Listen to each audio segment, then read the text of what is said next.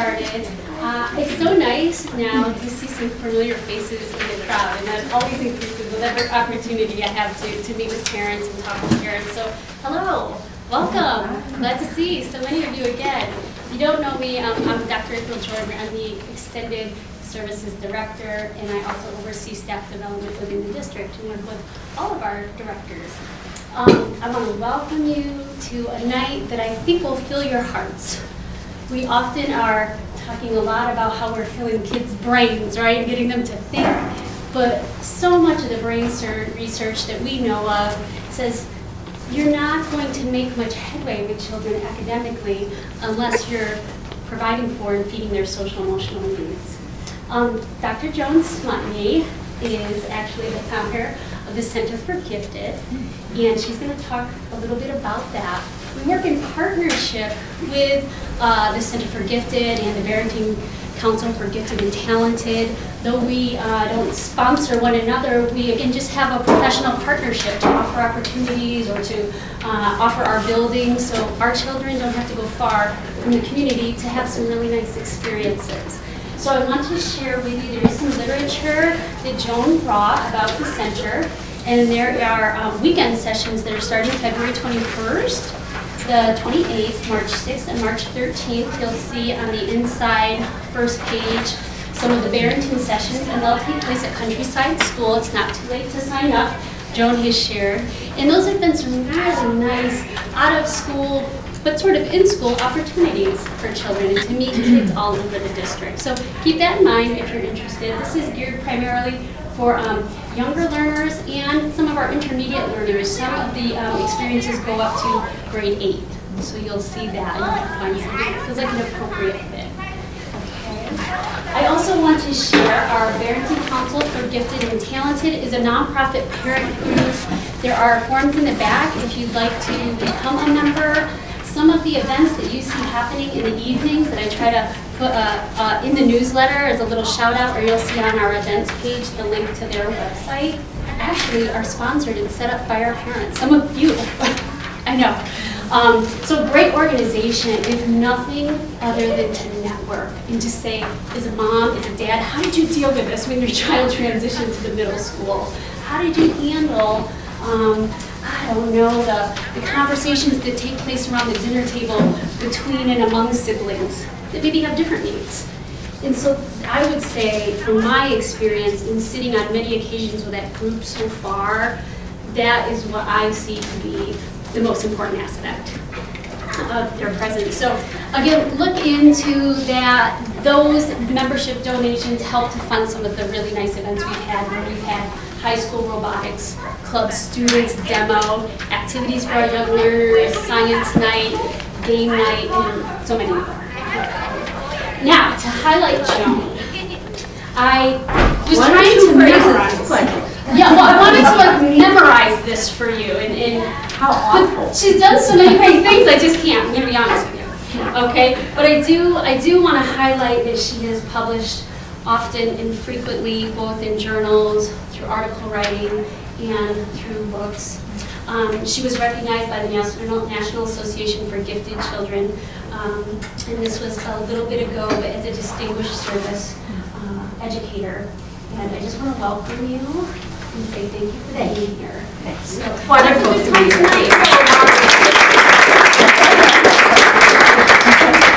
Nice that you could come. I'm so happy you're here. You must have a gifted son, daughter, puppy, around the place. Absolutely. Last summer we had 2,200 kids. That's a lot of little and big humanity. By the end of August, we have no saliva left. Marvelous. Do you know what a privilege it is to teach these kids? Anybody here teach bright, talented, gifted children? Besides this marvelous woman. Talk. What do you teach? Well, I don't anymore. I know, but what you used to. I teach math, yeah. Did you like it? I loved it. Why? Because it was always new, always interesting, and you never quite knew what was going to end up after the end of the class. Did you find that bright children like to talk? I love to talk. Do any of your children like to talk? Do you ever feel that you're the forever listener? Yeah? Or that you need maybe 2 or 3 graduate students to be listening to what you're doing? Yeah. How many of you have bright children age 4, 5, and 6? Of your 4, 5, and 6-year-olds, do any of them read? Or just a little? Anybody have a gifted child who read at age 3? Like what? In kindergarten, we heard Potter. Little Women in Spanish. In Spanish, Little Women? That's quite something. She could have gone into Calderon Alarcón by the time she hit 4th grade. What did you have? I don't remember. My daughter was reading. I don't remember. She wasn't doing that. She was reading. Just a book. I'm trying to remember. It was like Dr. Seuss and. She's not bad. Did you have fun? Oh my gosh, you're like sponges. Yeah. Absolutely. They're marvelous. Preschool, primary. Oh my goodness. Anybody have a gifted, bright, talented, advanced learner, whatever marvelous adjective you want to use? Grades 4, 5, and 6. What grade? 4th. How do you know that this child, daughter, son? Daughter. How do you know she is bright, talented, advanced learner, gifted? Just from working with her. Like what? Reading, art, and being pulled out of classes for gifted. Where is she pulled out of classes? Here? I'm not in Barrington, but I'm outside Barrington. Do you enjoy talking with her? Oh, yes. Do you like conversations with her? It sometimes makes you humble. They know so much. Who else has a grade 4, 5, 6, bright, talented? Doing what? It would be a little bit unusual, a little bit evidencing of a bright, talented child. Just their level of arguing.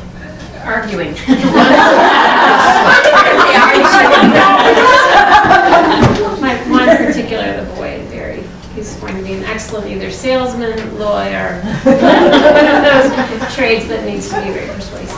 How much money you go out for the post-op? Okay. Anybody else? What did you say you had? A 4-year-old? I had a 4-year-old. How do you know? Bright, talented 4. He was reading at age 2. He was, Reading at age 2? yeah. Oh my, that's one of those challenging kids. He's a debater as well. I'm like, I give up. The answer's no. Wonderful. Anybody else? How about you? 5th grade boy Uh-huh. who's, math is a strong subject, but he's pretty good at whatever he's really interested in. Thanks to, What is he interested in? oh, a lot of things. Baseball, basketball. When is he going to write his first book on baseball, basketball?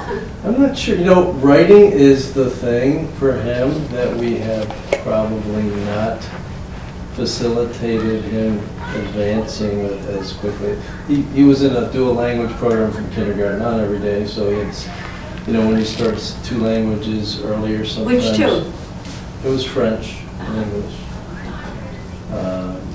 So music. We try the well-rounded approach, and with him a lot of it worked blessed, a lot of it seems to go well. Do you feel that any of this reminds you of your own childhood? Marie, you want to keep the door open? It's kind of warm in here. Do you have any sense here of your own childhood? Very loud. It is true. No? You weren't that smart? No, okay. All right. Anybody else? Anybody else in childhood, his, her childhood, have anything in terms of, did you take any courses? Did you have a pull-on? Did you have any differentiating for yourself? Did you like it? I'm so sorry. Never had it. What grade is your child in? One's sons, one's A's. Do they like to be challenged? Yes, they do. Oh, yeah. It's when they were in the 6th grade, they did not have the 4 hours of science. They felt like frustrated because some kids don't do it as they are required. Now if they're in a 4-hour program, they feel much much happier because people work with them, other ones are motivated. Instead of I do the work, somebody slack around. It's a very, clear, like, community environment. Do you feel that your bright, talented child is getting challenged? Yes. That's marvelous, because I go out and I ask that question. And not everybody, like, people look at you and they try to be polite and they don't say anything. So you figure, maybe they're not being challenged. But if all of you feel your child's being challenged, that's tremendous. Do you know? What? I don't think she's being challenged. No? Well, then talk to this woman over here. It's all her fault. Yes, she can help you. Okay, Jen, time to wrap up. It's wonderful. Yeah, I get many phone calls from parents and teachers in terms of what do you do for this kid? That could be meeting social, emotional needs, academic, intellectual needs, creativity needs. Do you know a guy called David McCullough? Ever heard of him? Winner of 2 Pulitzer Prizes, pretty good. And his latest one was on, well, you tell me, who initiated flight? Inventors of flight. He just came out with a book. It's wonderful. Galileo?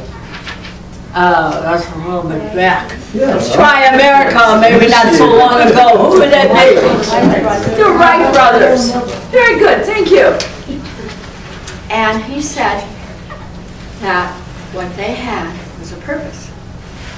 And it didn't make any difference to him, but to them, what they thought about, the world thought about these Wright brothers. They were going to go ahead because they had a purpose and they had a program. And they wanted to fly. There were years in which they went up 100, 150 times. And you were always grateful they came down. They only went up one at a time, not 2. One lived much longer than another. If your bright, talented child is ready to look at a biography, you take a look, because David McCullough, McCullough, wonderful biography. Does your child, do you have a child who likes to read biographies? If not, be subtle. Like you like to read it. It's wonderful. It's wonderful. David McCullough, he's John Quincy Adams and TV. But we need these kids to read more about others, other people, so they know that life isn't quite so easy as what they're having it now. And biographies can do wonderful things. Take a look. Did everybody get one of these? If you didn't, you may leave early. Supporting, all right, just open it. This is Manifesto for Children. E. Paul Torrance is the father of creativity in this country.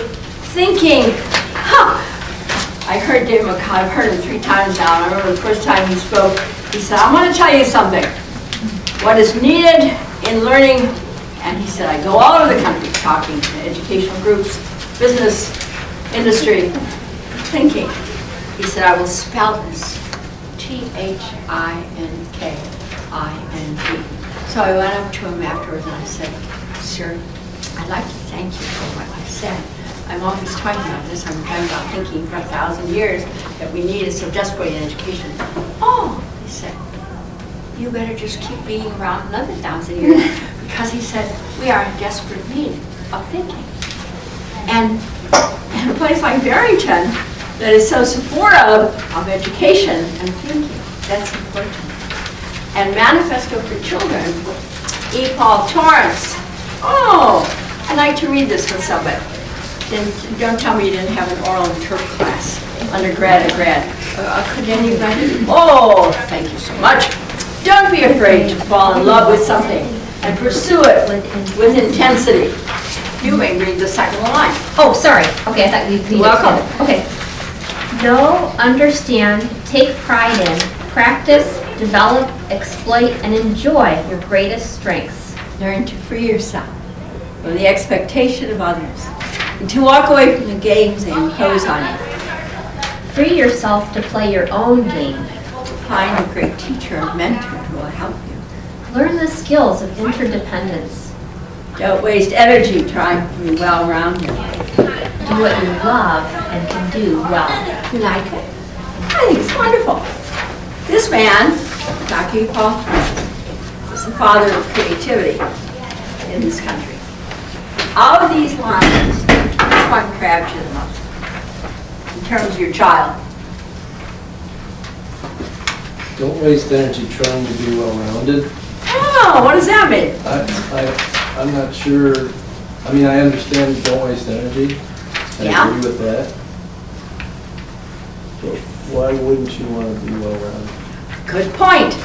Anyone want to discuss this?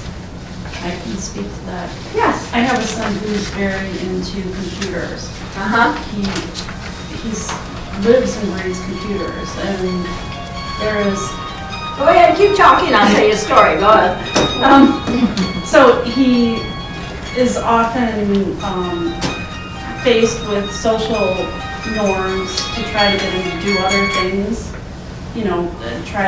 He's not sporty, he's not, into hanging out with friends. He wants to go home and work on his computer.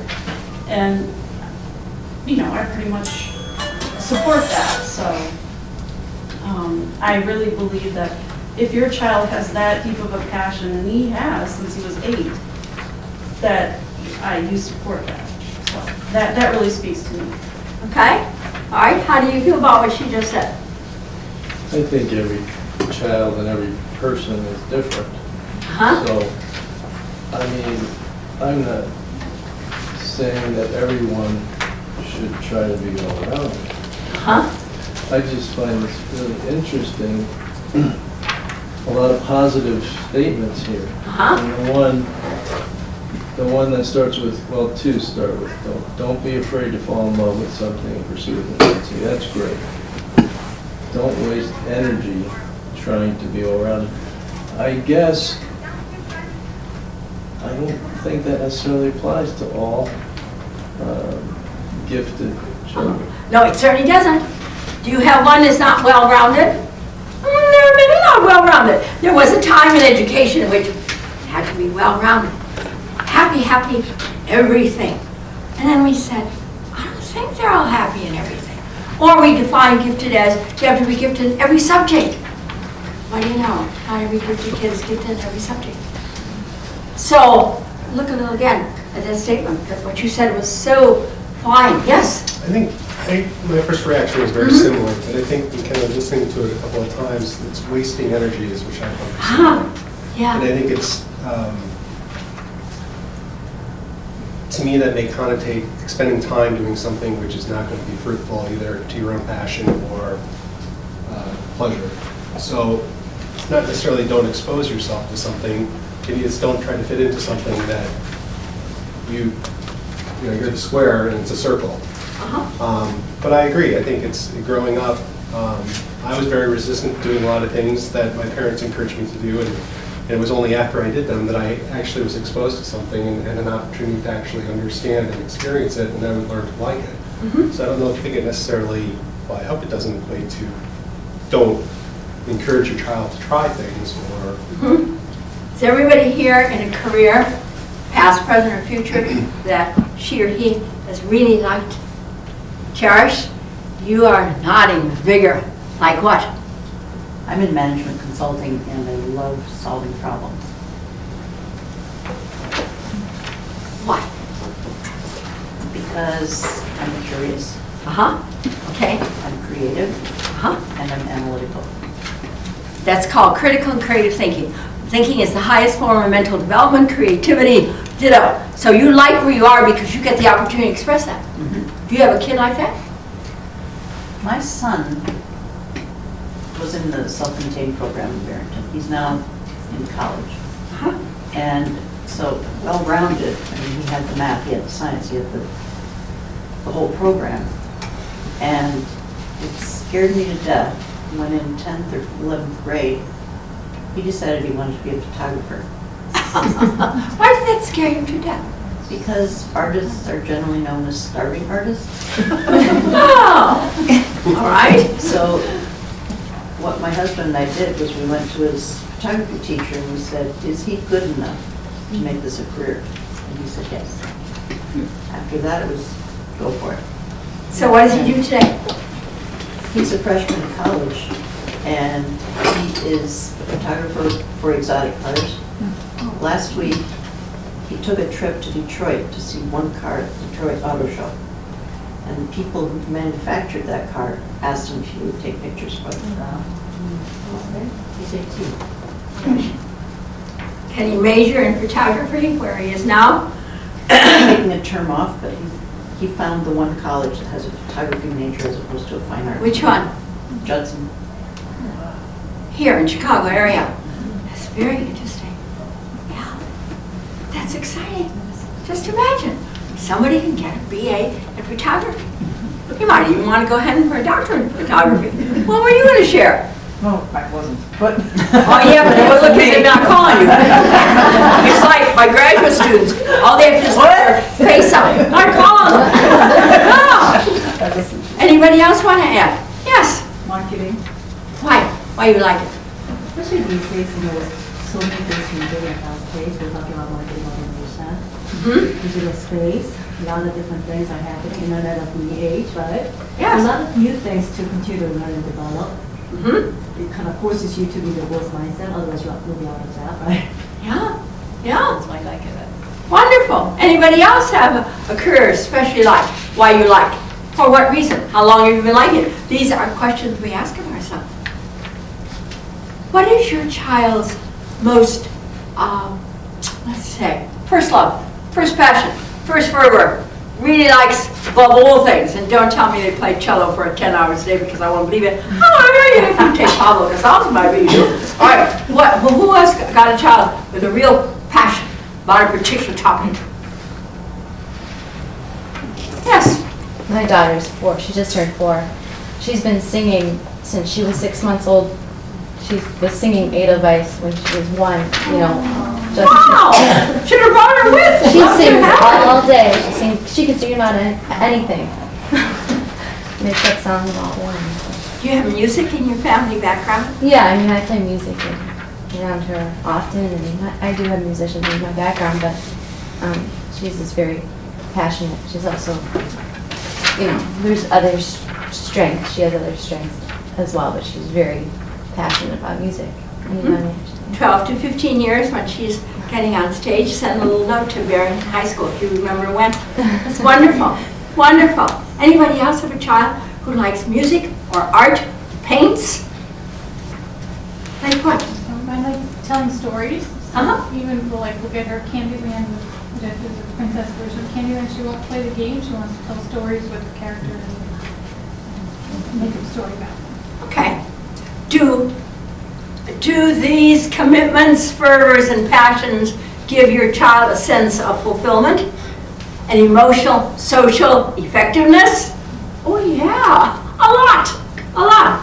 That's why when you got this whole manifesto and you think about something like commitment here, and the child says, yeah, I like to do that. Yeah, I'm really interested.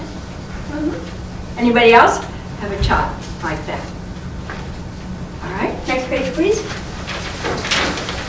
Manifesto of the Gifted Girl. How many have one of those creatures at home called the Gifted Girl? How old? 11 and a half. Anything that she's particularly fervent about? Besides boys? No, she hates boys. They're annoying because she has 2 brothers. She loves dance and she loves softball. So Does she take dance? Is she in concerts or reviews or? She's in recitals, and so you're well-rounded. So she does travel softball, she does viola, she does dance. She's always saying, yes, yes, I want to do it. Versus my other son, the lawyer-to-be, doesn't, you know. So it's fascinating to me how same parents, same environment, same cereal, same everything, and they're just so different. What makes your child happy? What's the source of fulfillment for your child? You'll find certain common denominators going through it, and you are describing some of them. All right, next page, please. Well, in fact, let's take a look just for a second. Who am I? This comes from a little book that I did. Called Manifesto of the Gifted Girl. I'm good at many things. I'm ready to do more. You might not notice me, but look at what I do. I learn fast, and I'm always curious about what else there is to learn. There is a great need for girls to feel a sense of fulfillment, self-effectiveness, conscious worth, which is all part of meeting social and emotional needs they have because they're doing what they would like to do. Would you say that your bright, talented daughter has moments of fulfillment every day in terms of doing what she likes to do? It's very important. Oh yeah. And there is a difference in terms of gifted girls and gifted boys. Somebody said, Joan, don't you like boys? Why don't you do one for Manifesto of the Gifted Boy? I'm thinking about it. Look at this. Who I am. I'm good at many things, ready to do more. Live all over the world, belong to every culture, speak every language. I'm still the one with fire in her eyes. I like to figure things out by myself instead of going to an adult for the answer. I'm full of surprises because I might not show the creative talents I have or share my imagination as I'd like to. I'm different from a lot of girls, but I still want to feel part of a community. Whenever people talk about issues or problems in my school, community, and the world, I want to do something about them. I know I'm beautiful inside and out. I don't need other people to define me. I have lots of energy and love to express it through athletic skill. I enjoy having friendly and happy relationships with the important people in my life. I can't help feeling the needs of those around me and doing what I can to make their lives better. Does any statements in here apply to your child, to your girl? Like what? Share. Which ones? Which ones do you think might share? Yes? I'm full of surprises because I did not show the creative talents I have or show my imagination as well. But the way she draws is very different. You know, so she would color in different shapes, and she would call that sidewalk or something, you know. But she has very imaginative way of drawing or coloring and showing her way of, you know, showing the expression of art. That's very different from the same age girls. And sometimes I don't see it as creativity, but then recently I've been realizing how she's showing in different ways and how that really stands out as unique art. It's more like abstract. You know, and those are the expensive ones, right? Yeah, yeah. You don't know what that is, but it's very expensive. Thank you, thank you. Anybody else? Yes? I'm different from a lot of girls, but I still want to feel part of the community. I think my daughter struggles with that a lot. She actually even feels like being defined as a girl works against her sometimes. And she feels like, you know, it's not fair because she doesn't have the same access as what she sees the boys around her to be able to either act a certain way or do things. She doesn't find that very fair. Sensitivity to evaluation on the part of the bright, talented, gifted girl multiplies enormously around grade 3. Some people say grade 1, and they're very sensitive to what others are thinking about them. And middle school is a real tough place. Bright, talented, gifted girls and boys. High school can be easier. Why?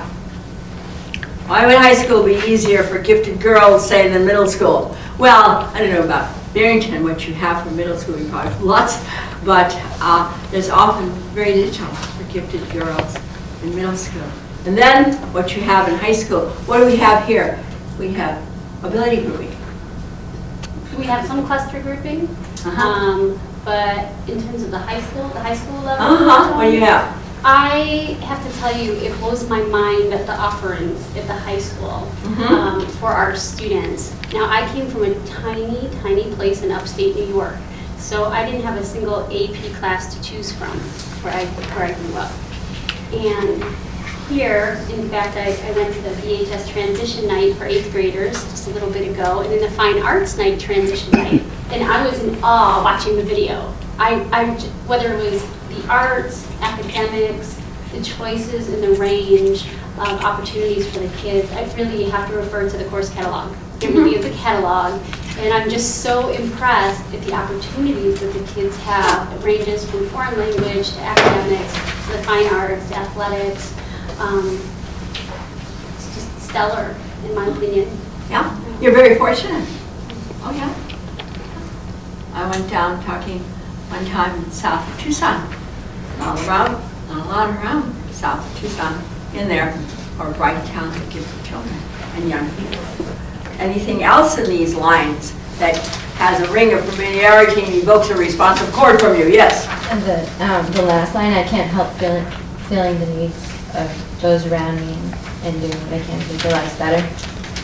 Why would you say that? Well, I have a 2-year-old and a 4-year-old, and they're constantly, trying to make sure everybody is okay if they ask. Wonderful. We can use them in teaching and education. Steer them our way. Yeah. That's great. That's great. Next page, please. On page 4, look at the list.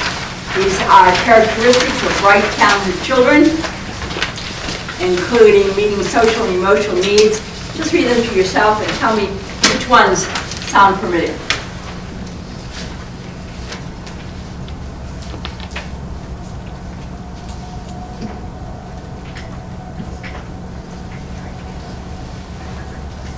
I didn't bring my glasses. It's such a quiet seminar, scholarly lecture.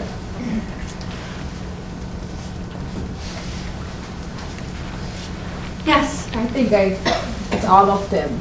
All of them? Most That's of a very them, I would say. audacious, rambunctious kind of response. I would say like 80%, 90% of them. Like I Yeah, sure. Most people say, I think it's all of them. It is. What do you think? Maybe 70%? I don't think so. 99 3/4, maybe. Which are the ones that really stand out to you? Show talent in making up stories and telling. Are we discussing integrity, or how do you define that? I'm not sure what age integrity enters into it. Call writing factory fairy tales as compared to writing factory fairy, non-factory fairy tales. Okay? Anything else on here? This is a wonderful comment, thank you. Anything else you see? I have to tell you the story about the crazy corny story. I was talking to about 200 people. I mean, we're just cozy here as a family, very family, we're just sharing. And my phone rang. And I pretended it wasn't my phone. You would do that just so long.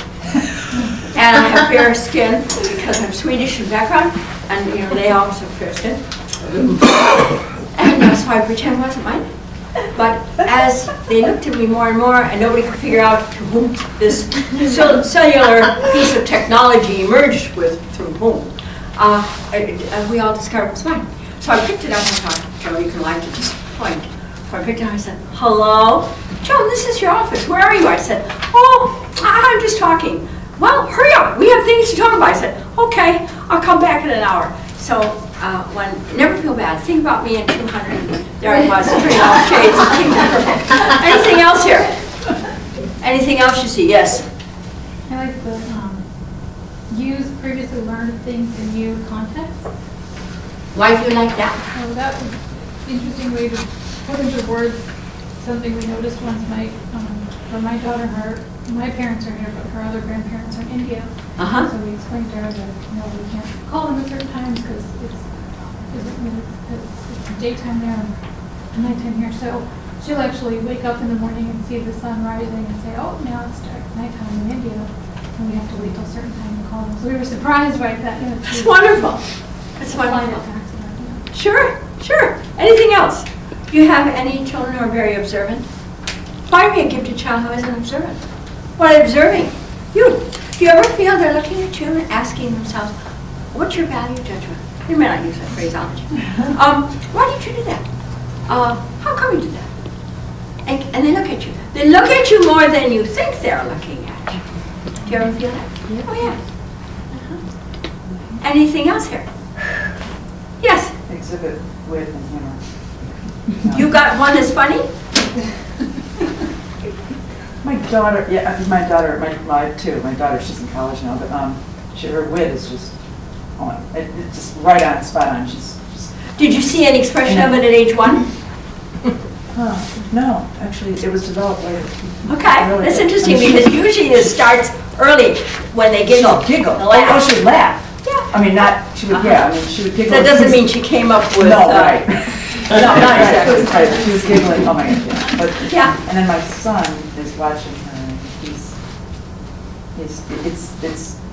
and you know, when she comes back from college and stuff, you know, he's working Yeah. on it too. Their humor is marvelous, pre-KK 1, 2, 3, 4, 5, and then there's a certain interpretation that emerges, gets a little acidic or a little goofy. Prior to that? Oh, okay. All right. Anybody else with a kid who has a sense of humor? We wonder if there are times that nobody notices they're reading humor books and coming up with some of their crazy things. Next page, please. 6. Some significant quotes on creativity. Creativity is the highest form of mental function. Paul Torrance says, if you want to look at the first sentence, we now realize that do measure accurately creative capacity. Creativity form of behavior basically has to be learned.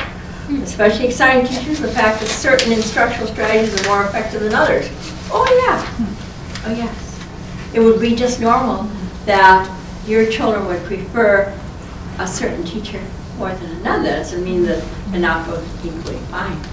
Does your child have any expression of serendipity in your house? Do you see any sense of that? Because we have that in the classroom. You know, we run these programs and we get all excited about the kids. I don't know who's more nutty excited than the teachers, the kids, what's happening in our programs. But do you see an expression of serendipity in your house? Well, how would you define serendipity? Well, there's got to be some serendipity in teaching. If there's no serendipity in teaching, we go for the lowest. Do you know what the lowest form of communication is in a classroom? This is not my opinion. This is research over the years. It's lecturing. Did you ever have a lecture class? You did? Oh no. College had a lecture class? Oh, amazing. Where? Where? Well, you laugh. Shouldn't laugh. I'd say, I think most of my education was lecture-based. Yeah, that's what I get from people. And where did you go to school? Into university. I was in the University of Iowa. I thought you were going to say either Illinois or Iowa or Ohio. Yeah.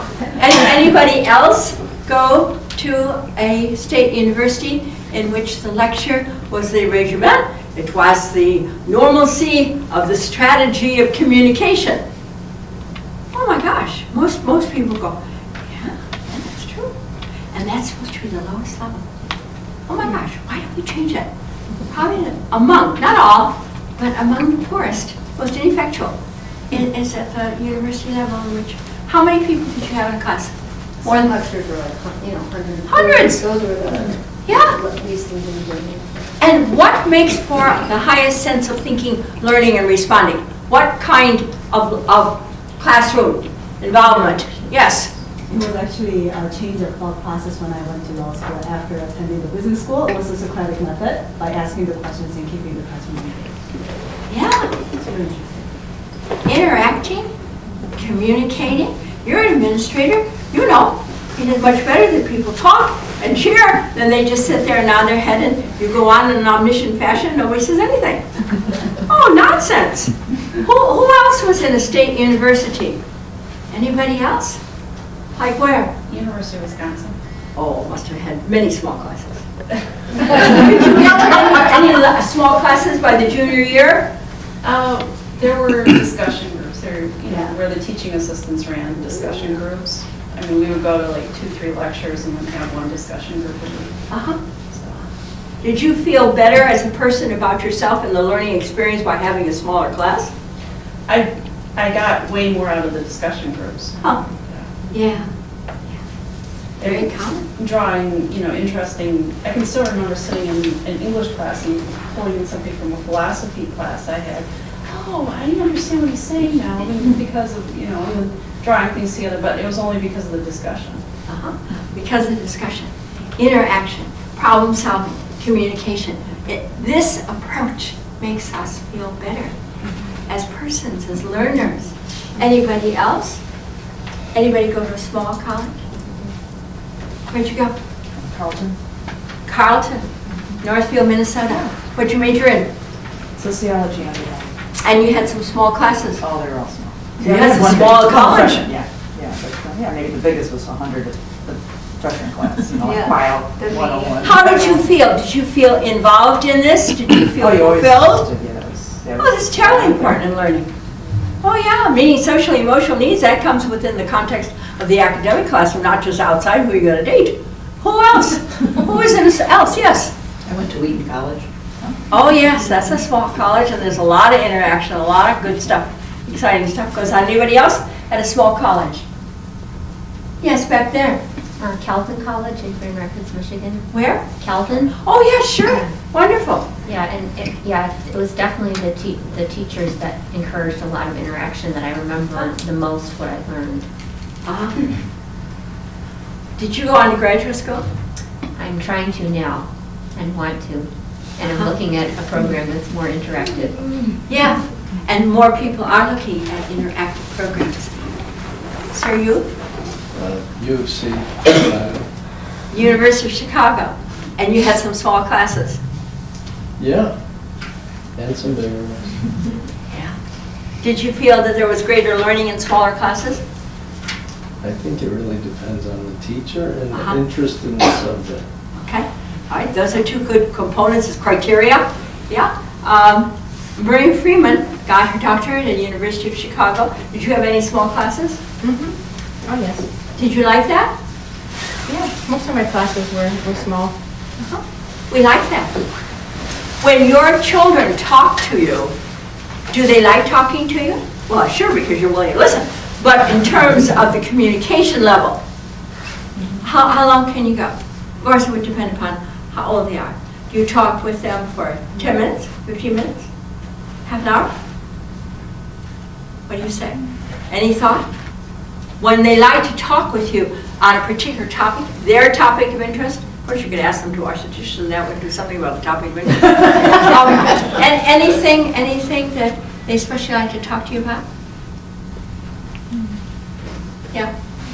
Talks about what he reads, what he learned. It's anything he wants to share. He's very elaborate on what he reads, and he has very good memory. They just keep going and even share some of the stuff from school. He seems to be very willing to share. That's wonderful. That's wonderful. Anybody have a child who doesn't talk? All right. Why? I just think they're very introverted. I will bring up questions and they'll just say, the middle guy, when he's not arguing, he doesn't want to talk. But he's just quiet. Like, I don't know if anybody has read the book Quiet, The Power of Decision Making. So I think it's very insightful into how extroverts and introverts process information. Anyway, so I would love to talk to my kid for 20 minutes straight on something that was really really excited about. But why do you like that book so much?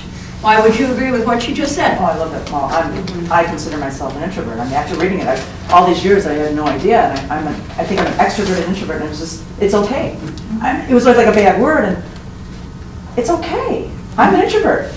It's okay, and it was, I love that. It was just eye-opening. And so again, now also to relate to my kids too. How I can do that. You were smiling and thinking, why? No, I read the book as well. What did you think of it? Yeah. Did it apply? Any of it to you? Yeah. We have labored under thinking we are bad people because we're introverted or extroverted, we do this or that. And are our children bad because they fit into these long lists? Oh my gosh, we gotta watch out for that stuff. Nice little categories, nice little labels. Careful, anybody else read that book? You want to say the name of it again so everybody can run out and get it? The power of introverts, or The power of getting in a world where they can stop talking. Yeah. But it was fascinating about the cultural norms that people, you raise your hand and you're talking and talking just because you're talking. Sometimes you'll get picked as, oh, that you're a leader, oh, you're smart, or whatever it is, just because of how our society values that. I just thought it was very We have to be careful that we don't classify, condemn, catalog our kids because they don't fit into the head captain of the team president of the student council and feel fulfilled when everybody's voted them in. Yeah, yeah. Sometimes people define social emotional needs as you have to be here, whereas each child has a definition of social emotional needs, and do we need to come along and say, you're not fitting into my definition? And so that's why I'm glad you speak in this fashion. All right, next one, please. On the same page. Yeah, look at the third one, Calvin Taylor. Young people have many experiences turning on their creative talents when they're likely to use them to function effectively throughout their lifetime. Students who establish non-creative patterns may continue to use only non-creative processes for the rest of their lives. Do you know anybody who, I'm not talking about shouting and being quiet, I'm talking about creative processes, meaning thinking. Do you know anybody who decided early not to think? Yes? I spent a year for work in Singapore. Uh-huh. And the people who lived there, the government has done a lot for them. It brought them from poverty to very, very well-off communities in 40 years. But they think only by the rules. And everybody does everything by the rules. And so it was very difficult because creative thought processes were not even fathomable to them. You could do something other than what the rules are. So it was interesting. I tell graduate students, you have to have one thing besides thinking. Thinking of D-E-P-T-H. Do your kids like D-E-P-T-H? Sure hope so. And they'll keep asking you until you like it, or just say, could we change the subject? Depth is marvelous. How do you get someone to think more deeply? Asking certain kinds of questions. What kinds of questions do your kids like to ask? Why? Yeah, why? Go ahead, more. Oh, we had a concert last night. Yeah. Because which was your favorite song? What was your favorite part of the concert? Just that. He's always asking me, or if it's about, he's into space, or, did you know that the sun burns, I don't even know what the heck he asked me, all these questions about, all the deep, I don't know how he memorizes all this stuff, but yeah, it's space questions. But it's either music or space, he's always asking me. Wonderful, wonderful. It made me think, I never thought about it. Yeah. Do you ever feel that we touch a fraction of their knowledge, their sensitivity, their understanding, that there's so much they're thinking about? Ever seen a bright, talented 4-year-old and they look like they're thinking their way through the encyclopedia in terms of responding and observing and seeing? Oh my, yes. We tend to stereotype, we tend to classify. We touch a fraction of talents of children who are bright. Next one, please. Down in Frank Williams, creativity is not possessed only by a few. It's universally found in every person and exists in a matter, I haven't, you're kidding, and exists in a matter of degree. Every child has some creative potential. Some have more than others. You agree? Sure. This is so much more universal than saying, you are not a creative person. What does that mean? Nothing, those are words. Every child has creative potential. Down to Gowan, what do you think of that? On any kind of creative scale, some individuals are found whose creative production exceeds that of other fellows, not by percentage, even simple magnitudes, but more likely 10, 50, or 100 times as great. Obviously, these fortunately creative persons are not much different. Something has happened to turn them on. Tell me, what has happened to turn them on? Curiosity. What? Curiosity. Yeah, how they get curiosity? They get past experience. Experience. Something else. Something has happened. Somebody who believes C-A-T-A-L-Y-S-T.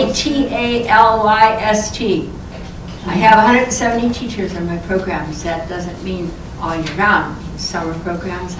Like here in Barrington, we start a week from Sunday.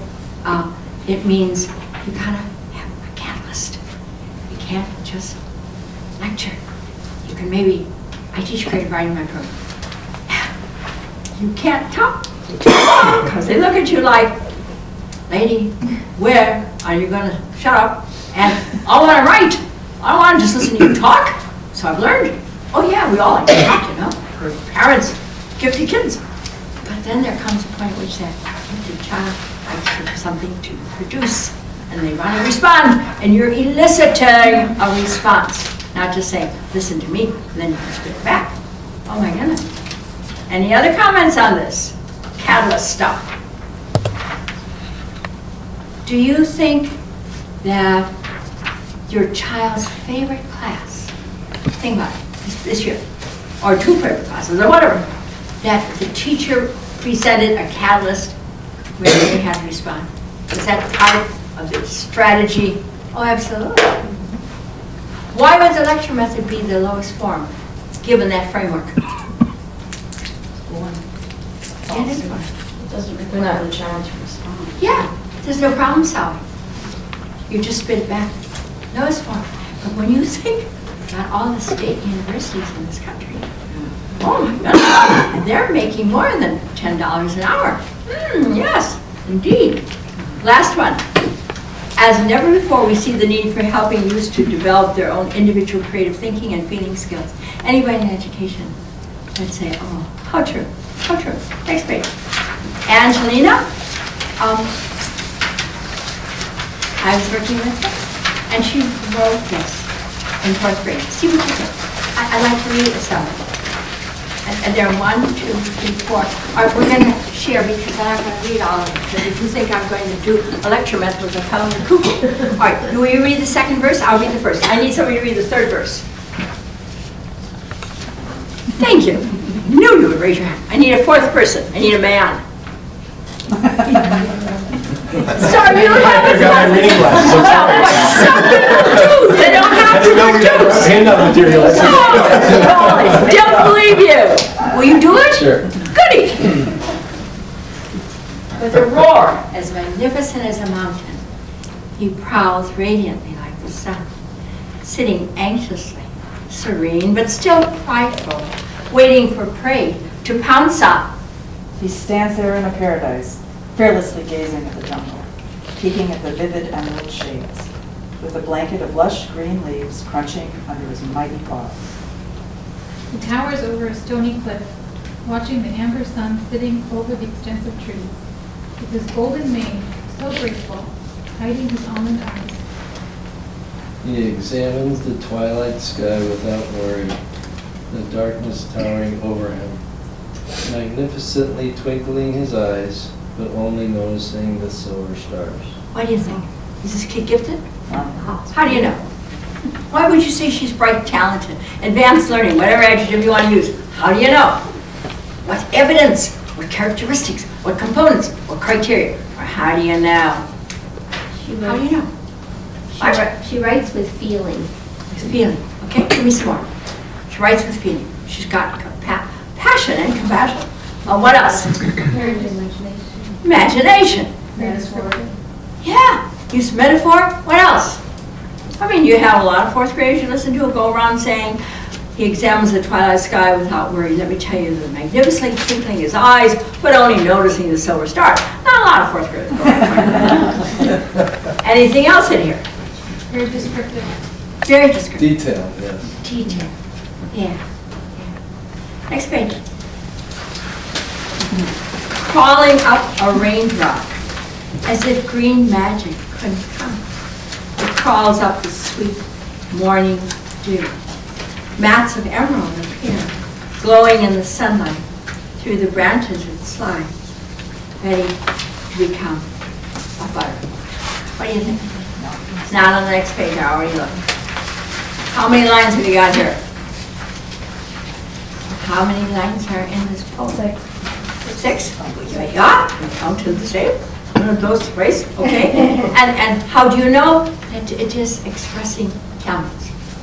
What you see that expresses talents. Same stuff you talked about a few minutes ago, right? Except it's short and skinny. Yeah.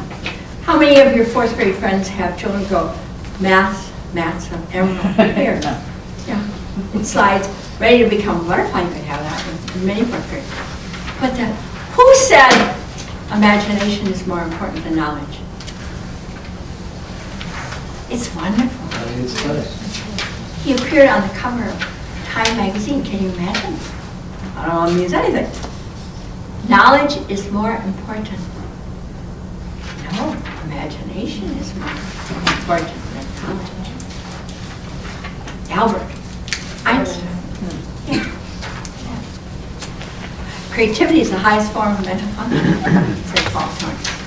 Have you ever read any of Disney's marvelous statements? Oh my goodness. You sound a little bit like Einstein. Wonderful. Yeah. Next page. Hers of perfection. I need to read it with somebody. Please, I need a, oh, thank you, I need to say. She brushes by with her spotted coat. Rolling back as she purred. A striped tail of beauty. White and pointed at the ends. Paw pads, delicate. Approaching every small step. A face of perfection. Purrs as she rocks back and forth. What do you think? Okay. All right. Express feeling? Yeah. Does she feel? Oh yes, she couldn't write like this unless she felt keenly herself. Oh yes. Look at the next page. Who is a person called Rachel Carson? She wrote a book. In fact, she wrote more than one. What'd she write? Have you ever heard of Silent Spring? Yeah. No. Oh, she caused a bit of a commotion. She came out with that. A child's world is fresh and new and beautiful, full of wonder and excitement. You look so intent about responding. Read the whole paragraph. Not on your page, Joan. It's all right. This is what happens when you get a highly gifted kid. And you get, no, you have to let me tell my story.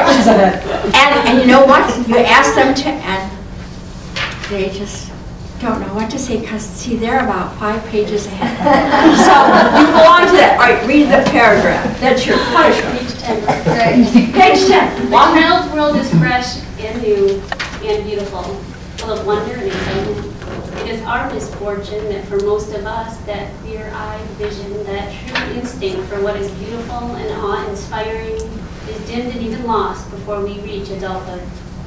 If I had influence with a good fairy who is supposed to preside over the christening of all children, I should ask that her gift to each child in the world be a sense of wonder, so indestructible that it would last throughout life, as an unfailing antidote against the boredom and disenchantments of later years, the sterile preoccupation with things that are artificial, the alienation from the sources of our strength. Do you like it?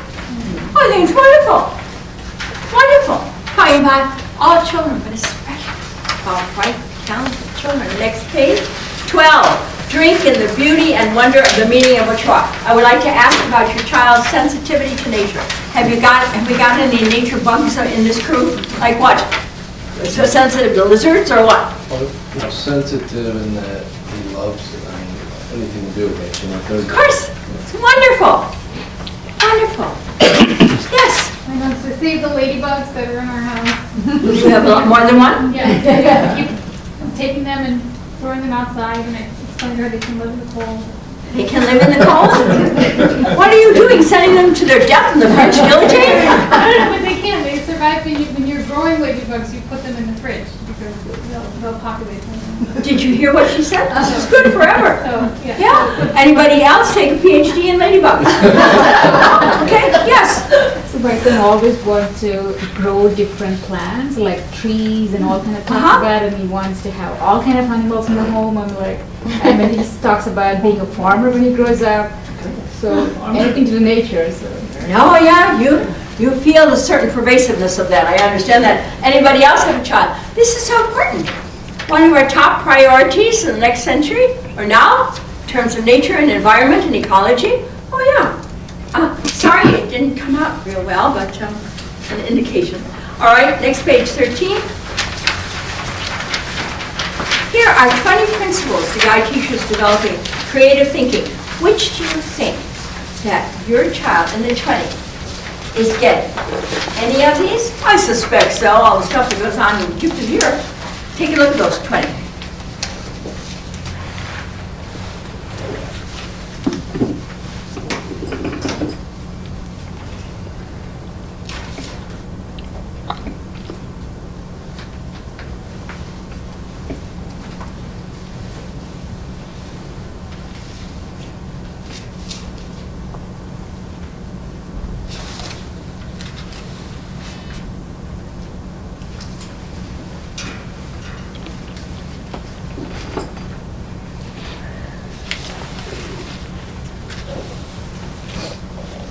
Have you ever visited your child's classroom to see evidence of any of this?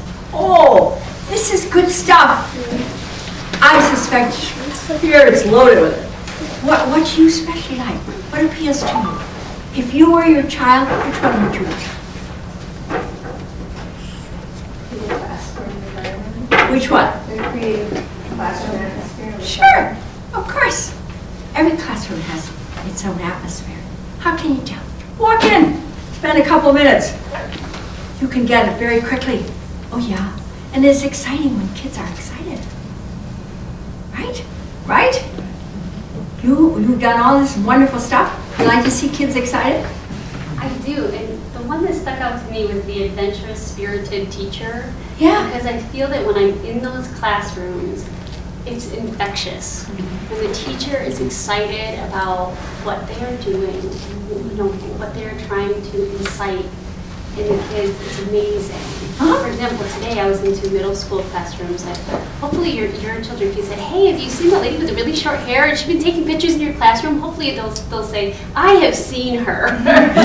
So as I go into the classrooms, it's just amazing because what I find is that the teacher's energy is elevated, so isn't the student's energy, and vice versa. So a lot of times our extended students, that excitability that they have, you just see this reciprocal, this reciprocity building within the classroom, and there's so much energy and excitement in those classrooms. I just leave so excited and high-fiving the kids, and I'll see you next time, and it's infectious, and I love it. Well, that's learning. That's academic learning to the max. That's intellectual, creative learning. We need lots of that.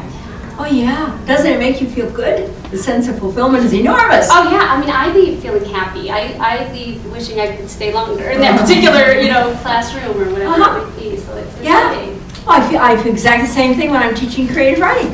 They get excited, I get excited. I don't know, more excited. I'm gonna go out the window first. Somebody else had a comment to make. Yes. So I agree with you on that because, even at work, we have teachers and students, we have leaders as teachers, right?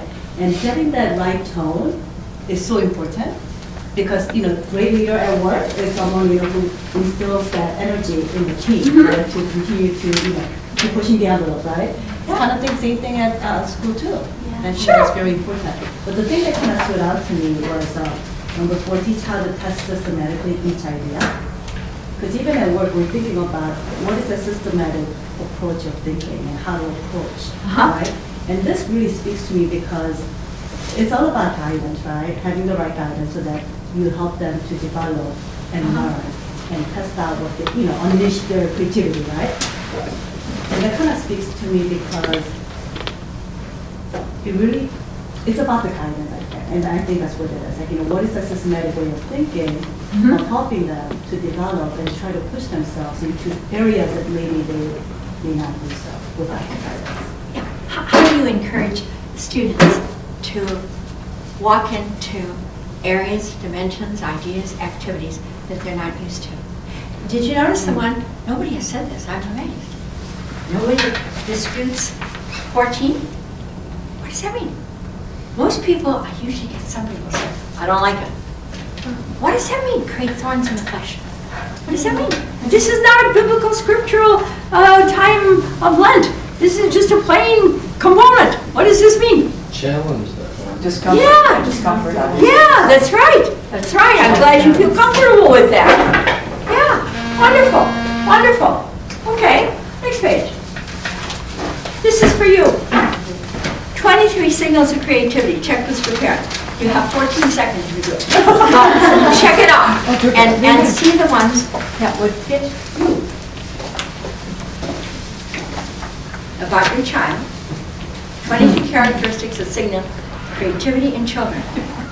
Okay? Just check them off. That was fun. Not your creativity, your child's creativity. Oh, I suppose you could look.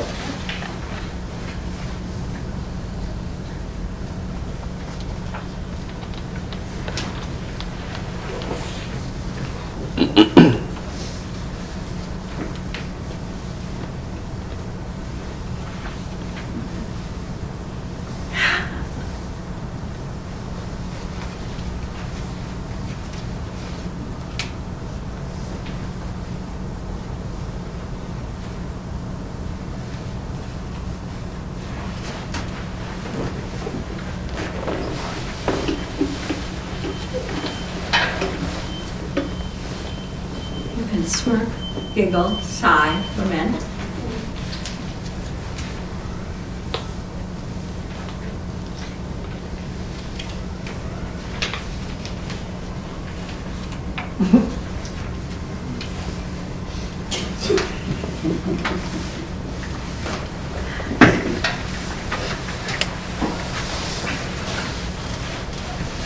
Take the first 10.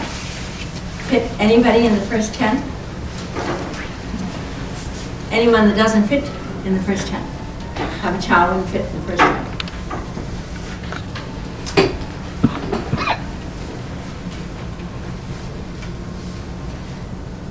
How about 11 to 23? Anyone that doesn't fit?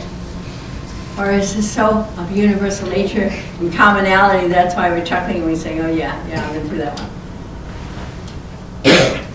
I love 15. Wow, I hope this won't upset you, but I don't think this is very. Did your child ever say, I don't think there's a Santa Claus? Oh, yeah. Really? Grandmother ruined it for the kid. I was honest. You were honest? What did you say? How awful. Well, you can believe it, you took care if you want to. But it isn't so. She hadn't even lost a tooth yet. Well, that was hastening the learning experience to some degree. She asked me a question, you don't lie. At Disney, you know, the fairies Yeah. are people. Yeah. And she said, well, doesn't that mean that the tooth fairy is not real? Because, you know, these are all human stresses, fairies. And so. Yeah.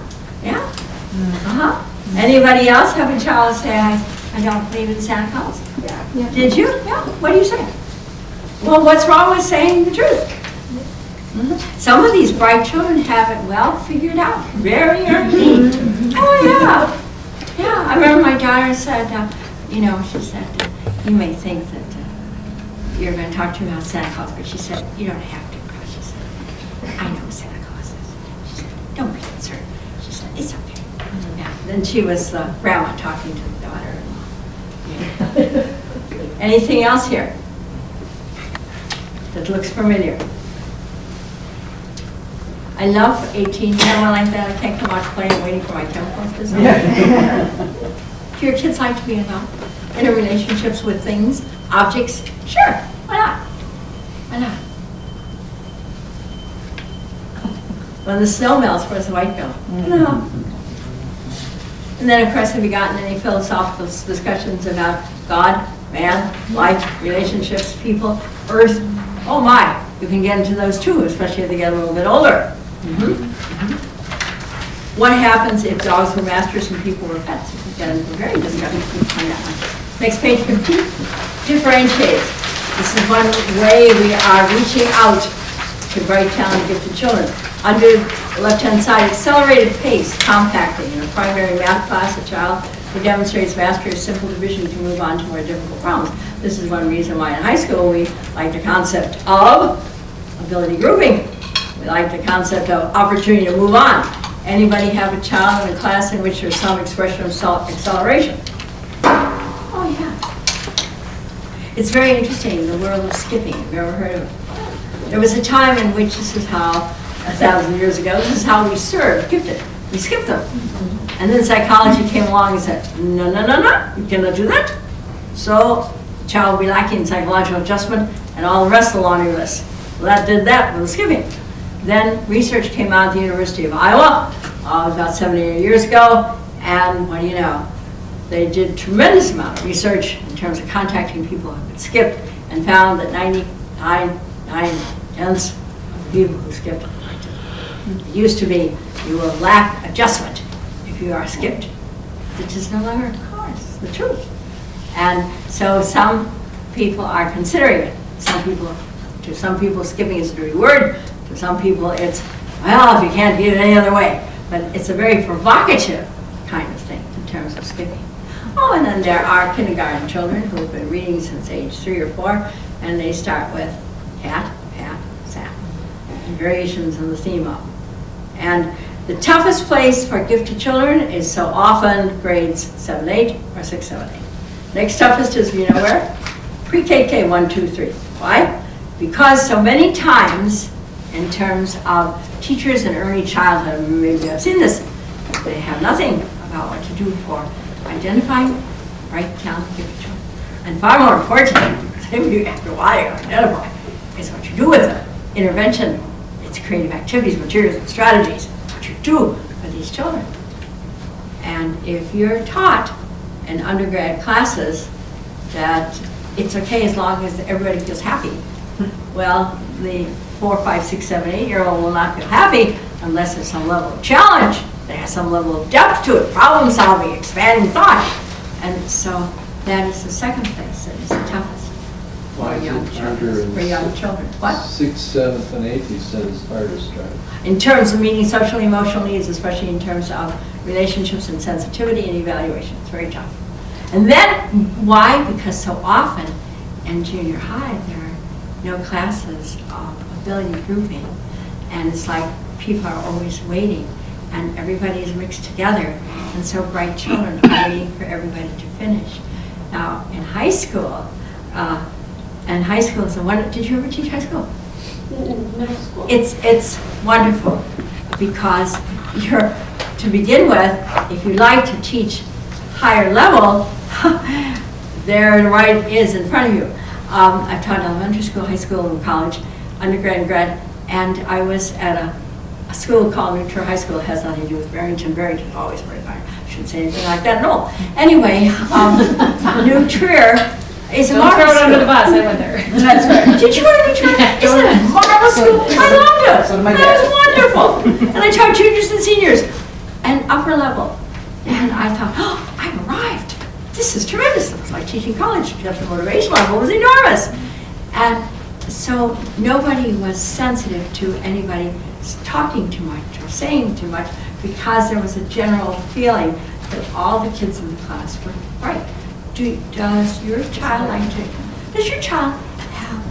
a friend who is equally bright, questioning, talented, advanced learner as a child is? Oh, I hope so. Hope you're not the only one. I hope your child has a friend that they can sit down and talk about very advanced things and nobody will think they're nutty. It's very important. Oh yeah. Friendship is, yes. The man who cannot read, he can put his hand up. Go ahead. I can read. Assistance. A question regarding, so talking about skipping, Yeah. but we're kind of new to the area, and it seems that a lot of families around here actually delay. I Meaning know. they I've hold their heard that. children back. And so for a child who may academically be perhaps advanced to their age group, and if you're putting them ahead, you're actually not really putting them with children who are 1 year ahead of them. It's really going to be children 2 years. possibly 2 years. Uh-huh. And so one thing my wife and I are very sensitive about is the emotional needs of our child. Uh-huh. And I'm just wondering if there's been any research or just thoughts on that issue. Yeah, in fact, I did a book on acceleration. I'd like to know what the response of the Barrington School District is to this. I would say I've only been here since July, but in my time here in Barrington, we have an early entrance opportunity for kindergartners and first graders. So those. What is meant by that? That's for children then who have turned 5 after September, but yet before a certain date. So for kinder, it's but before October 31st. And then for early entrance to first grade, it's after September, but before December 31st. So there's an opportunity to go in a little bit early. Do you know how marvelous it is? Because I talk to so many parents, and you're off 3 days, that's it, can't do anything. You're talking about flexibility, you got to have it. Yes, and we do a screening for our youngest learners. So for the kindergarten bound, potentially, students, we work with social workers, speech and language therapists. We observe them in free play, and then we do some assessments for number sense and for language, early literacy skills. First grade's a little bit more advanced. And we also have had opportunities where we have sat as problem-solving teams at the Early Literacy Center to say, we have a kindergartner who is reading at a 3rd grade level, and quite literally the teacher, the range is such that the teacher can't meet everybody's needs. They've run out of, material strategies, so to speak, and we have advanced that child. We've said that we're going to skip a grade. Why keep them there when they already know these? Oh, yeah. So we've done a bit of both. We try to be responsive. We have the general spring review. We review new students in the fall that come in for extended placement services. And we try to be as responsive, I would say, throughout the year. Otherwise, I'd really only be needed in the spring when we were doing next year's placements. But the conversations are ongoing, and we do what we need to do to meet the child's needs, I would say. That's wonderful. Yeah, but that was a concern I had. We've been here, our eldest is now starting kindergarten, and we went to the kindergarten roundup on Tuesday, whenever. So I asked that principal, and he's new, so he's a new principal. He's also only been here since about the same time. I said, what do you do if she's reading ahead? And he didn't actually have a full answer. He said, let's have that discussion in August, which I felt was sort of late. So when do you do your assessment? We do the early entrance assessment May 9th, and you can see that it's all on the website. Okay. And know this too, I would say we're very fortunate in Barrington for a lot of reasons. It's not uncommon that our kindergartners come to us as readers. So know that as long as your child has a peer group, that's what's most important. Oftentimes, as long as there's a peer group, that teacher can much more easily differentiate to meet the needs of the different learning needs within one classroom. So it might be that your little one has some like peers and will really flourish in the classroom.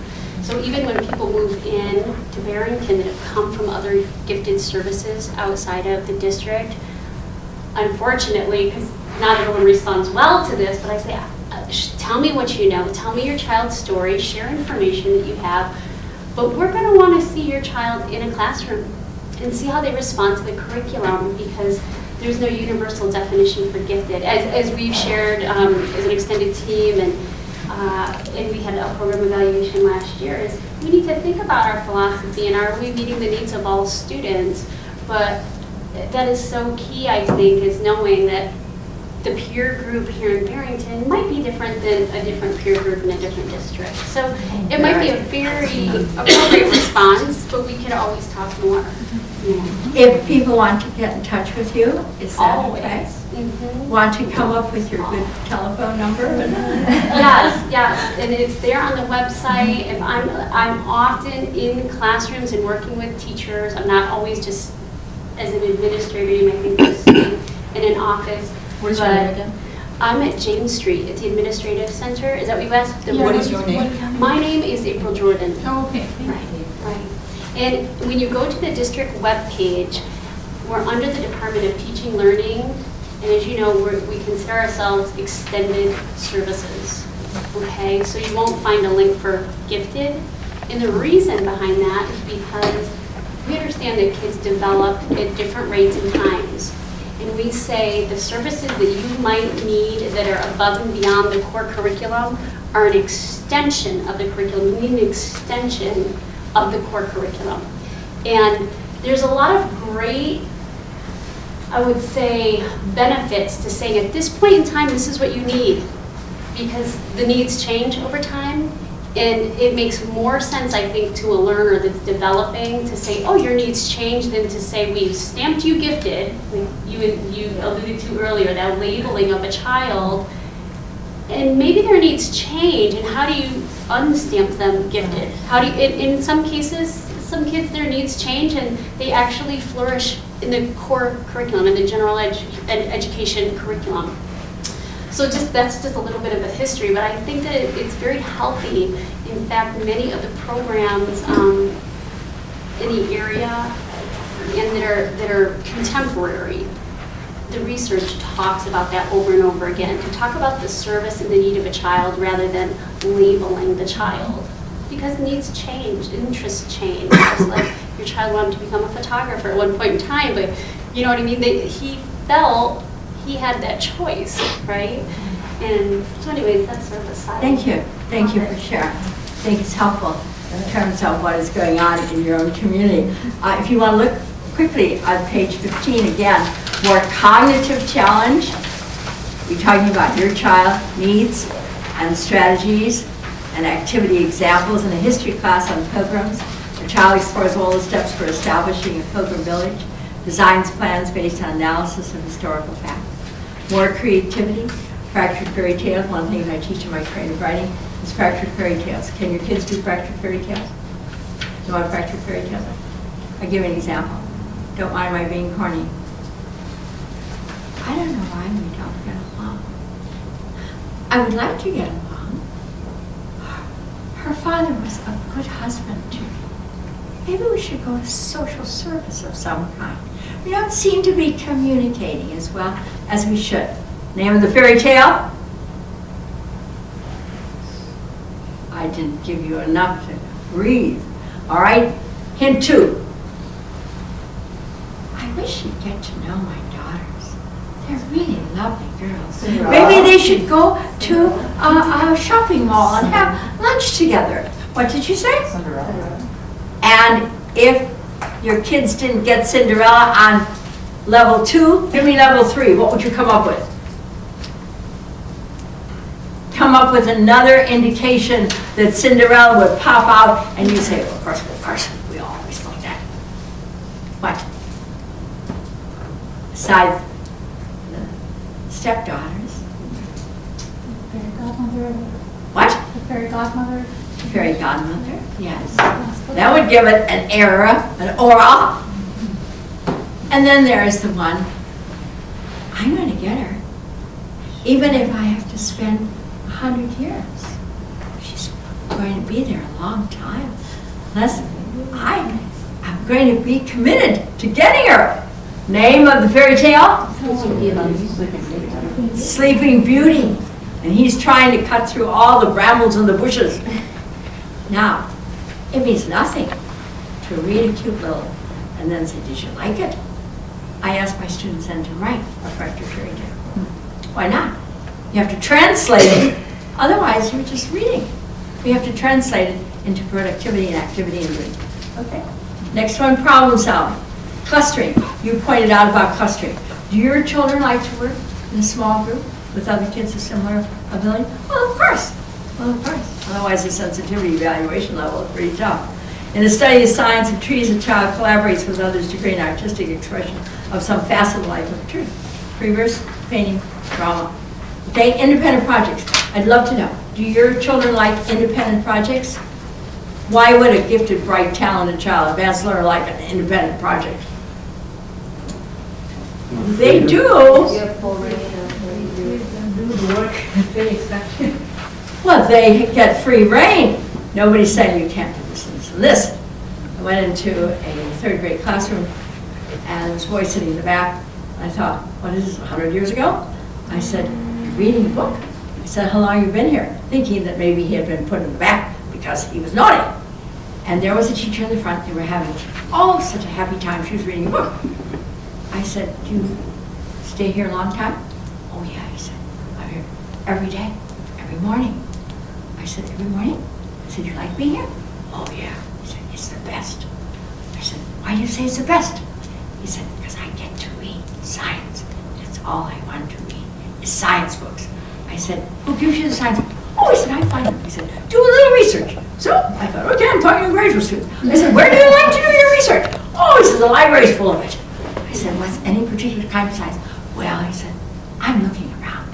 He said, but there's certain areas I really respond to. He said, you understand, don't you? I said, no, keep talking, keep talking. And I said, do you ever get into the group?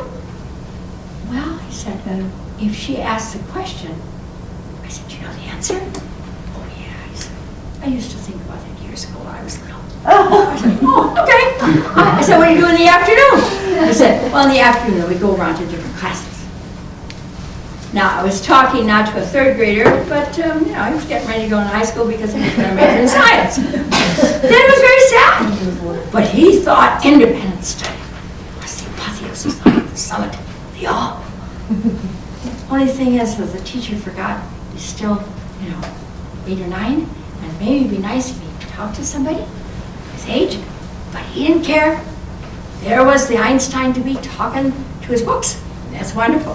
There are better ways to meet needs, indeed so. And so we have independent projects that can result in clustering and sharing and reaching out. Next one, journey of a differentiated classroom. 1, I'm on page 16, please. 1, who are my students? 2, where are they going to be by the end of this journey? 3, how will I know when I reach the destination? 4, how do my students get there? And 5, how do I monitor their progress? Of the 5 components, which do you think are the toughest? If you were a teacher, not your teacher, your child's teacher, if you were a teacher in a classroom, which of these 5 would you think are the toughest? 4. Number 4, you think. Why do you say 4? What? You know, depending on the students, you know, it depends on. Well, you're adjusting all the time. Right. Content, process, product. Anybody else got one of the 5?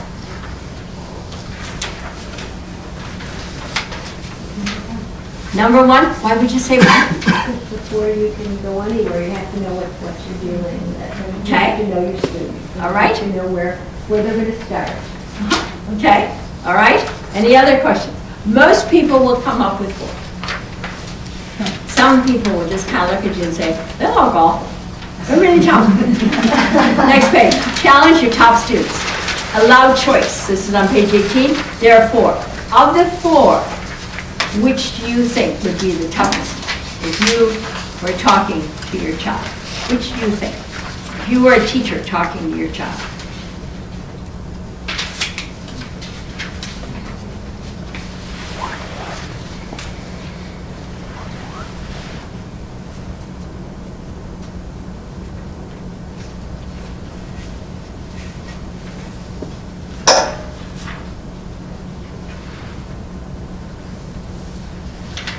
Which would you find the toughest if you were the teacher?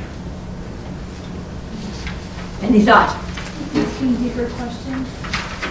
Ask deeper questions. Move from the factual to the conceptual. Why do you say that?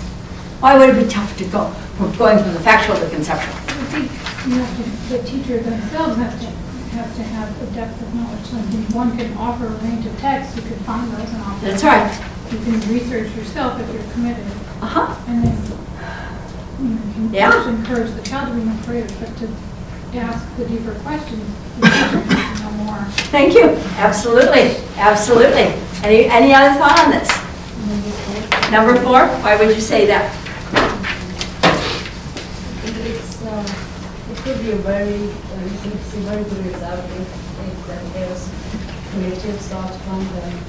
Like it comes from my son's class. He had a England the old man and the fish, the story, and then he asked everybody to produce a piece out of it visually. So some students created a movie, some students created like a motion. Did he like it?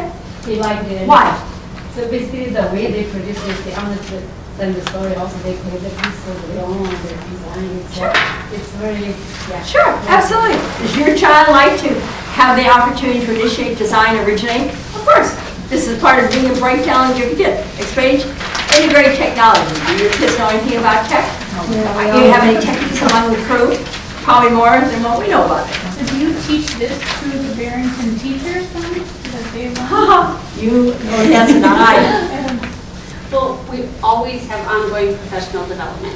Sometimes it's very content specific, how to teach young readers to read or how to work through mathematics with logical reasoning and abstract thinking to crisis prevention.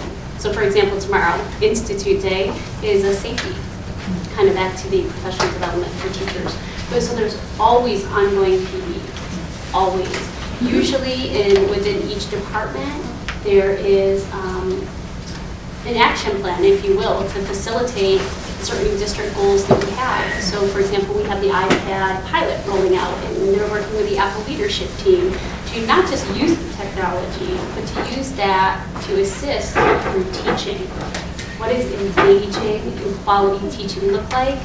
And then how does the technology support the thinking and offer opportunities to further engage and collaborate and become a digital citizen, if you will, to collaborate not just within the context of 4 walls, but with kids potentially in a different country or experts within specific fields where we're Skyping and having conversations. So I would say PD is ongoing fluid and I would say diverse in responding to the needs and, you know, the current issues, I would say. Has to be. Yeah. We have far more techies among our crew, with these children than we think. 3, let kids work together. Do your children like to work together in terms of pairs, groups, or cross classes and projects? I would think so. This is all normalcy. Accommodate pace. We're doing that all the time. It's called being sensitive to where kids are coming from. 5, determine prior knowledge. Do you have any children who know something about a course before they get into it? Oh yes, oh yes. This is how we got through some of our college courses.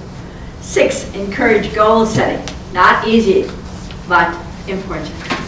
7, teach creatively. Creativity is not about paintbrushes and poems. These students tend to be out-of-the-box learners, so they occasionally need alternate ways to process new concepts and information. It is a way of thinking and an attitude. The principles of it, next page. Explore, create, envision, support, improve, and exhibit. Would your child like any of these? Which do you think would be the toughest if you were a teacher? To teach, to work with, to give with us to a student, to elicit a response. Yeah, that's what I get from teachers, that is the toughest. To nurture boldness and vision and endeavor. Does it come out of the proverbial tin hat? Give them opportunities to correct errors, refine visions, improve, and elaborate. 8, okay, independent learning. 9, follow their interests. Do they like it? Boy, how? So do we. So do we. I ask my graduate students, do you like to be bored? No, they're not bored. Then we don't bore as we are sharing and communicating and listening. Okay, on page 23, importance of parents and what we can do. Wonderful stuff. When you have nothing else to do and you're hammock in the back in July, you can read these things. On page 26, educating gifted students in their homes. 10 themes and variations. All the words yet spoken, this time, over 26. None comes quite as far as wisdom, which is the action of the mind beyond all things that may be said. You agree? Something to think about. Say that again. He has a quote on the top. Did you see it? It comes a Greek thinker, 535 to 475. All the words yet spoken. None comes quite as far as wisdom, which is the action of the mind beyond all things that may be said. Something to think about. Doesn't mean you have to agree with it. Just something to think about. Humanities education. Now that's, I thought you would like to see this because Harry Roman is a leader in STEM education. And I took an article he wrote for me in one of the magazines and I thought you would like to see it. Yeah, look at on page, keep going over to 5. Using computers as homeschooling resource for understanding and creative thinking. I think you'll enjoy reading this. Lots of ideas here. Lots and lots. Do you have many homeschool parents approach you for assistance and guidance in their curriculum? I have some. I have some. Is it increasing? Homeschooling is the largest growing target population in education in the country, and I suspect that's because if you think about what's going on in the country and serving gifted kids, that is one way that parents are meeting needs of bright, talented, gifted kids. And it's the challenge with homeschooling is, are you going to do it over the long haul, or are we going to do grade 3 this year? And the challenge is, can you find other homeschooling groups around so that the child doesn't think that the entire world revolves around people, parents, or siblings? I'm nothing against homeschooling, but it's got to be over the long haul, and it takes a tremendous amount of work. Does anybody know anybody involved in homeschooling? Tremendous amount of work. If you're going to do it with integrity and consistency, and you really work at it. And those people put in tremendous number of hours. And there are students who do very well, and it comes to taking exams, SATs, ACTs, this sort of thing. Yeah, I know, it is a growing population. And we do have, in fact, I think at this point, you want to take a look just for a second. Did everybody get this, or did you pick it up? Would you like to have just for a second? Winter 2016, Barrington, February 21, 28, March 6 and 8. If you will open this just for a second, in the middle, on the Barrington, left-hand side, Countryside School, Sundays, Space Explorers, Arduinos, Art Expressions, Combustion Pyrotechnics, Crazy Chemical Concoctions, Create Lego Movies, Creative Writing, that's me, Electronics and Robotics Lab, Lego Mindstorms Robotics, Math to Astound, Concon, Optical Illusions, Other Ways to Train Brains, and Theater Club. Can you think of bright, talented kids who would be interested in anything like this? Oh, hope so, hope so. Then Burr Ridge, Evanston, Buffalo Grove, we're finishing up, Elmhurst, yeah. It's such a privilege to work with these students. If you ever teach them in a class, even if the class is 4 or 5, you can see the level of receptivity, and your privilege is to elicit that and keep expanding their horizon of thought, because you're expanding yourself. That's a lot to ask of yourself. Okay, would you look on, let's see, oh, here, on page 43, go forth, children, and make music tips. How many of you have children who are taking music lessons? Anybody beside piano? In what? Violin and guitar. How many years in violin? She's 4, she's 6, almost 6 years. 6 years, so she's past streaky. What's she playing? Right. She's no longer in CBG. She's now just playing for fun because she's into the guitar. Uh-huh. She's in starting with 4. Anybody have a child who is tremendously committed about taking music, who wants to do something with the music? Yes? He just started, but he's taking guitar, violin, oboe, and piano. Just started. Your house is loaded with music. He loves it. That's wonderful. Just started, and he's taking the music that he plays here and he plays it on this, and transposing it. We touch a fraction of the talents of these children, and the arts are inherent in living and thinking and moving forward. Anybody else have a child take lessons? Yes, back there. In what area? Is it me? Yes, fine. Violin and piano. Where? Violin. Violin? Oh, wonderful. How many years in violin? About 1.5 years. That's wonderful. Anybody else? Yes. Guitar and piano. How many years in piano? Switched from violin to piano with little drums in between. So total probably 4 or 5 years. Sure. Once you get past the key of C and, simple approaches, and you can get on a little bit to a Beethoven or Chopin, you're doing well, so okay, just hang in there. Okay, all right. You got this. John Newbery, Caldecott. You know what the Newbery, when a book wins a Newbery, what does the get a Newbery for? Well, when your child says to you, don't you have an idea of a book? Can't you recommend a book? I've read everything. I don't know. Looking at you like, what's happening to your ambitions? All right, Newbery is numero uno, number 1, for excellence in writing. So if you turn to it, page 1, medal winner, honor books. Most people just give this a medal winners. I thought you'd like to have a whole kit career. This is good, huh? Yeah. Newberries are often for children reading grade 5 or 6 and up. Sometimes for 4. If you turn to page 11, what are Caldecotts? What do you get a Caldecott medal for? Oh, they're fantastic. I taught them to high school kids as well as to little guys. You get a Caldecott for what? Illustration. Yeah, illustration. But let us please do more than say, did you like it? What does that mean? Nothing. There's nothing. You've got to get them involved in terms of the type of question, eliciting depth. It's not did you like it, did you like it? But these are wonderful, wonderful books.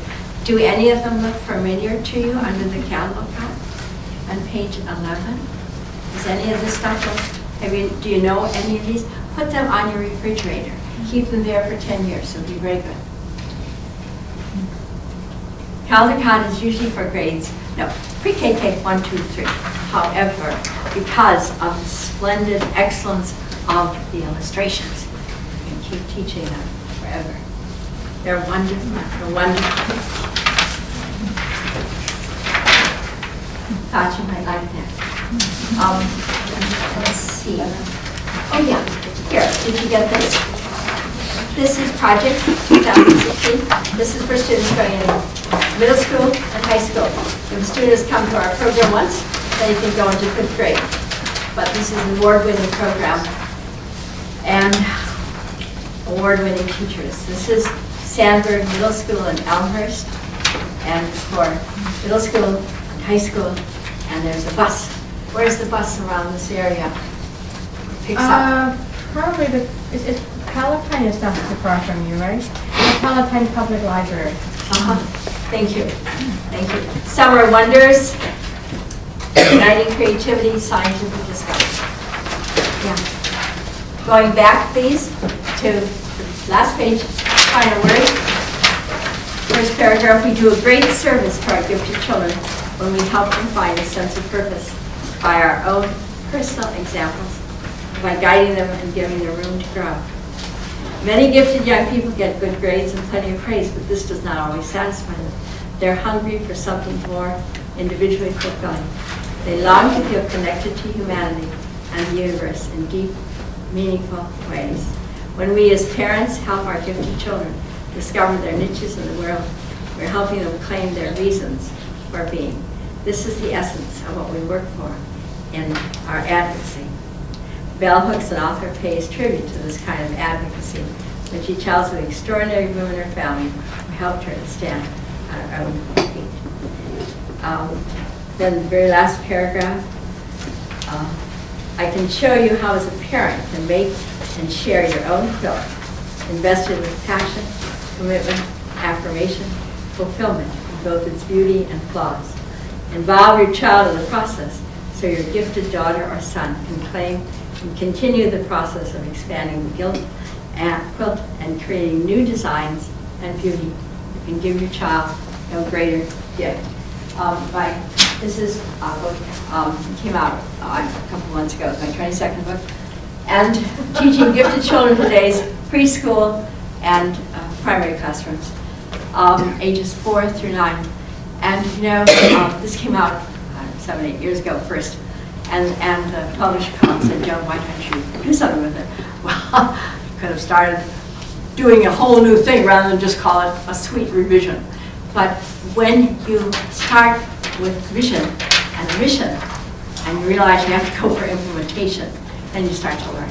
And so I don't want you ever to lose your sense about the talent of your child and the fulfillment this child gets when challenged on every level, any level, whether it is intellectual, academic, artistic, creative, leadership, whatever you want to call it. And that you are sensitive by coming to me is wonderful.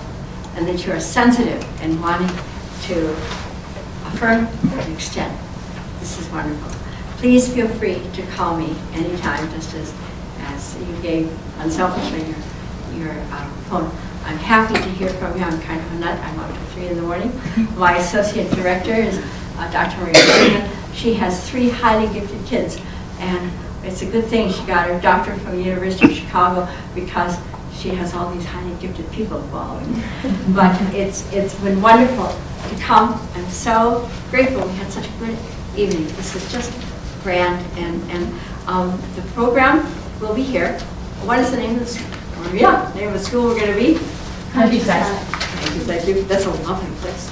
Yes, we have been in Barrington now some years, and it's very exciting to come here because we get lots of very bright children. And we'll be here 4 Sundays. And if you have a child who doesn't know what to do on Sunday and says, I think I'd like to do something with writing. I don't like writing. Send them to me. I'll convert them. Thank you. Thank you very much. Thank you.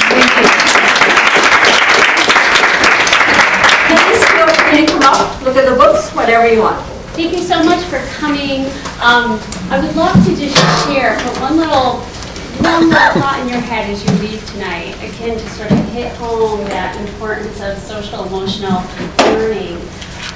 John C. Maxwell, have any of you read any of his books? He often writes on leadership and business work, right? And he posits that all of us will likely influence over 10,000 people in our lifetime. And so the question really isn't, will you impact another, but instead, how will you impact another? And we've all experienced being in a classroom.